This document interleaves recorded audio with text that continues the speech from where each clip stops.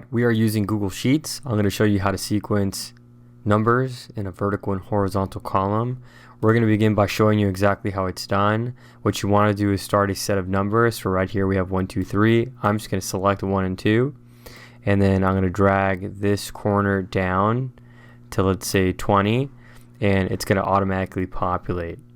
People have difficulty if they want to start a set, like for example in Excel, they do 1, 2, 3.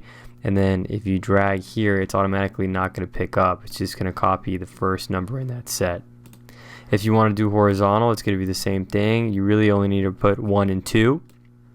You select 1 and 2 horizontal, and this time you're going to drag horizontally and it will pre-populate the set row. Thank you for your time. Have you refinanced your loans recently? Get money back with the exclusive offers below and help support videos like this by using the links below.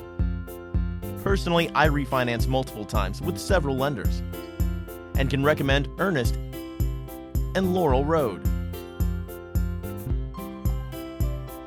Refinance with Earnest and get $200 cash back. Refinance with Laurel Road and get $320 back. Thank you for your support.